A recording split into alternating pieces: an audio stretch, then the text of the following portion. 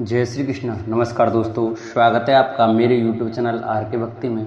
भक्तों, आज हम आपको जितिया व्रत की कथा सुनाएंगे, जिस व्रत को करने से हमारी संतान की दीर्घायु होती है और हमारे जीवन में धन धान्य की प्राप्ति होती है। तो आइए भक्तों, हम अपनी कथा को प्रारंभ करते हैं। उससे पहले जो भक्त हमारे ये वीडियो नए देख रहे हैं, जिन्होंने हमारे चैनल को सब्सक्राइब नहीं किया है, वो हमारे चैनल को सब्सक्राइब करें, वीडियो को लाइक करें और कमेंट में ओम नमः शिवाय अवश्य लिखें। आज माताएं और बहनें अपने बच्चों की दीर्घायु के लिए जीवित पुत्र का व्रत यानी कि जितिया का व्रत रखेंगी और भगवान जी मूत वाहन की विधि विधान से पूजा करके व्रत करने का संकल्प लेंगे।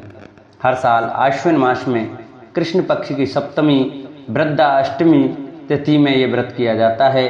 इस व्रत में भगवान जी मूत वाहन की पूजा होती है और उनकी व्रत कथा का पाठ किया जाता है। मान्यता है कि इस कथा का पाठ करने से और सुनने से आपके बच्चों की लंबी आयु होती है और साथ ही उनका जीवन राजा के समान बीतता है।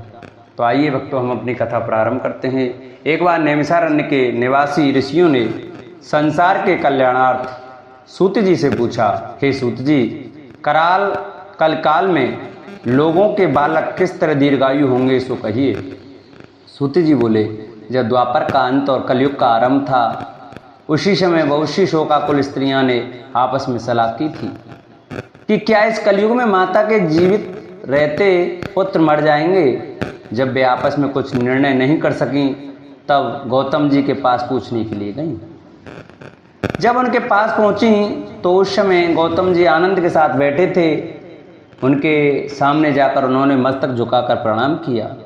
तदंतर स्त्रियों ने पूछा, हे प्रभु, इस कलयुग में लोगों के पुत्र किस तरह जीवित रहेंगे, इसके लिए कोई व्रत या तप हो तो कृपा करके बताइए।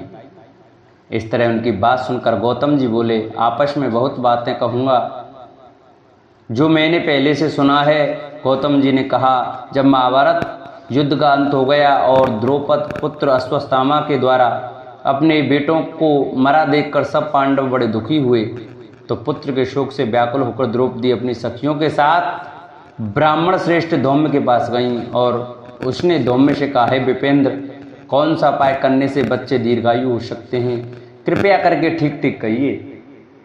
धौम्य बोले, सतयुग में सत्य वचन बोलने वाला, सत्याचरण करने वाला समदर्शी जीमूतवाहन नामक एक राजा था। एक बार वह अपनी स्त्री के साथ अपनी ससुराल गया और वहीं रहने लगा। एक दिन आधी रात के समय पुत्र के शोक से व्याकुल कोई स्त्री रोने लगी, क्योंकि वह अपने बेटे के दर्शन से निराश हो चुकी थी। उसका पुत्र मर चुका था। वह रोती हुई कहती थी, हाय, मुझ बूढ़ी माता के सामने मेरा बेटा मरा जा रहा है। उसका रुदन सुनकर राजा जीमूतवाहन का तो मानो हृदय विदीर्ण हो गया। वह तत्काल उस स्त्री के पास गया और उससे पूछा, तुम्हारा बेटा कैसे मरा है। बूढ़ी माता ने कहा, गरुड़ प्रतिदिन आकर गांव के लड़कों को खा जाता है। इस पर दयालु राजा ने कहा, माता, अब तुम रो मत, आनंद से बैठो, मैं तुम्हारे बच्चे को बचाने का यत्न करता हूँ। ऐसा कहकर राजा उस स्थान पर गया जहाँ गरुड़ आकर प्रतिदिन मांस खाया करता था।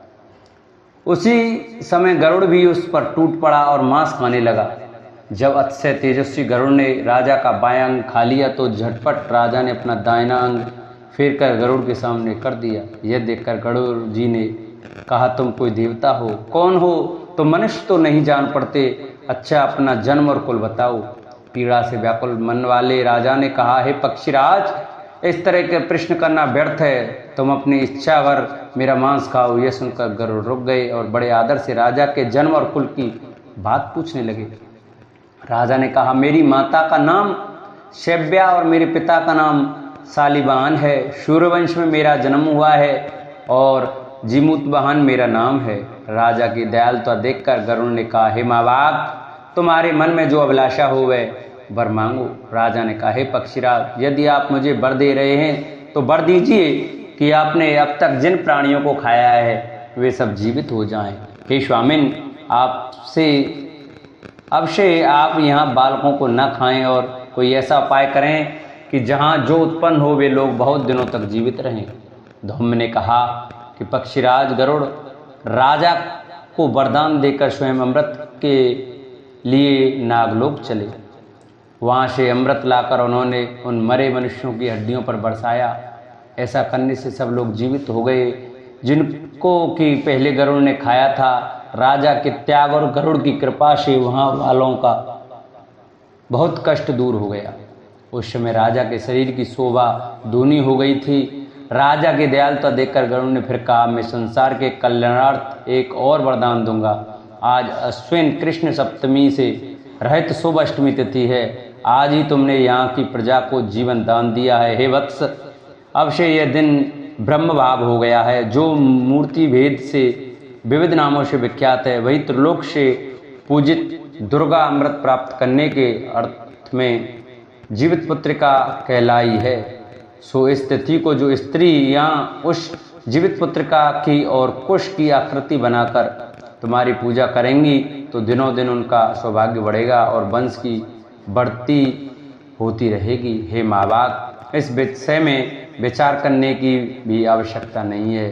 हे राजन, सप्तमी से रहित और उदया तिथि की अष्टमी को व्रत करें, यानी सप्तमी विद्ध अष्टमी जिस दिन हो उस दिन व्रत न कर शुद्ध अष्टमी को व्रत करें और नवमी में पारण करें। यदि इस पर ध्यान न दिया गया हो तो फल नष्ट हो ही जाएगा और सौभाग्य तो अवश्य नष्ट हो जाएगा। जीमूतवाहन को इस तरह का वरदान देकर गरुड़ बैकुंठ धाम को चले गए और राजा भी अपनी पत्नी के साथ अपने नगर को वापस चले आए। धौम्य द्रौपदी से कहते हैं, देवी, मैंने यह अतिशय दुर्लभ व्रत तुमको बताया है। इस व्रत को करने से बच्चे दीर्घायु होते हैं। हे देवी, तुम भी पूर्वोक्त विधि से यह व्रत और दुर्गा जी का पूजन करो तो तुम्हें अभिलषित फल प्राप्त होगा। मुनिराज धौम्य की बात सुनकर द्रौपदी के हृदय में एक प्रकार का कौतूहल उत्पन्न हुआ और पूर्ववासिनी स्त्रियों को बुलाकर उनके साथ यह उत्तम व्रत किया। गौतम ने कहा, यह व्रत और इसके प्रभाव को किसी एक चिन्ह ने सुन लिया और अपनी सखी स्यारिन को बताया। इसके बाद पीपल वृक्ष की शाखा पर बैठकर उस चिन्ह और उस वृक्ष के खोते में बैठकर स्यारिन ने भी व्रत किया।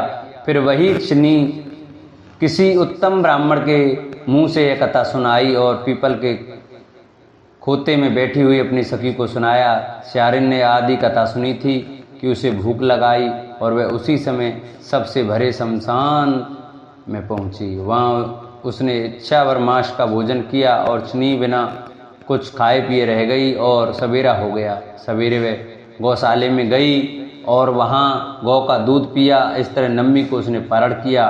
कुछ दिनों बाद वे दोनों मर गईं और अयोध्या में किसी धनी व्यापारी के घर में जन्मी।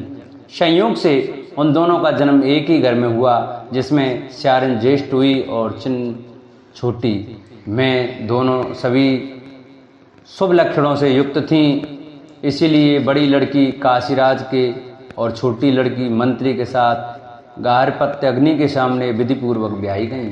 पूर्व जन्म के कर्म फल से वह मृगनयनी रानी हुई। जिस किसी भी संतान को उत्पन्न करती वह मर जाती थी और पूर्व जन्म की बातों को स्मरण करने वाली मंत्री की पत्नी ने 8 वसुओं के सदृश तेजस्वी 8 बेटे उत्पन्न किए और सभी जीवित रह गए।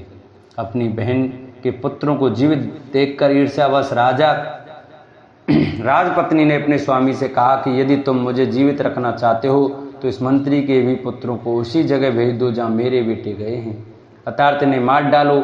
यह सुनकर राजा ने उस मंत्री के पुत्रों को मारने के लिए कई प्रकार के उद्योग किए, पर मंत्री पत्नी ने जीवित पुत्रिका के पुण्य फल से बचा लिया।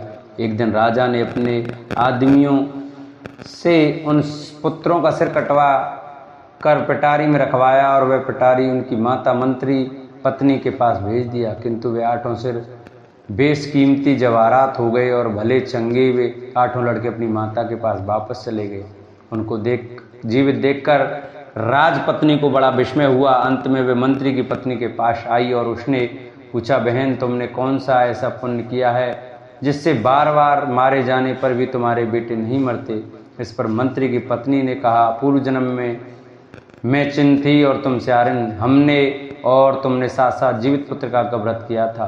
तुमने व्रत के नियमों का भली भांति पालन नहीं किया था और मैंने किया था।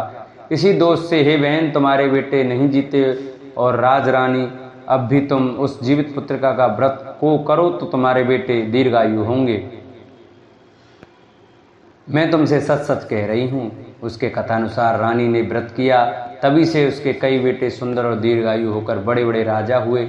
सूत जी कहते हैं कि सब प्रकार का आनंद देने वाला मैंने यह दिव्य व्रत बतलाया। स्त्रियां चिरंजीवी संतान चाहती हों तो विधि पूर्वक यह व्रत अवश्य करें, क्योंकि इस व्रत से सभी पुत्रों की दीर्घायु होती है।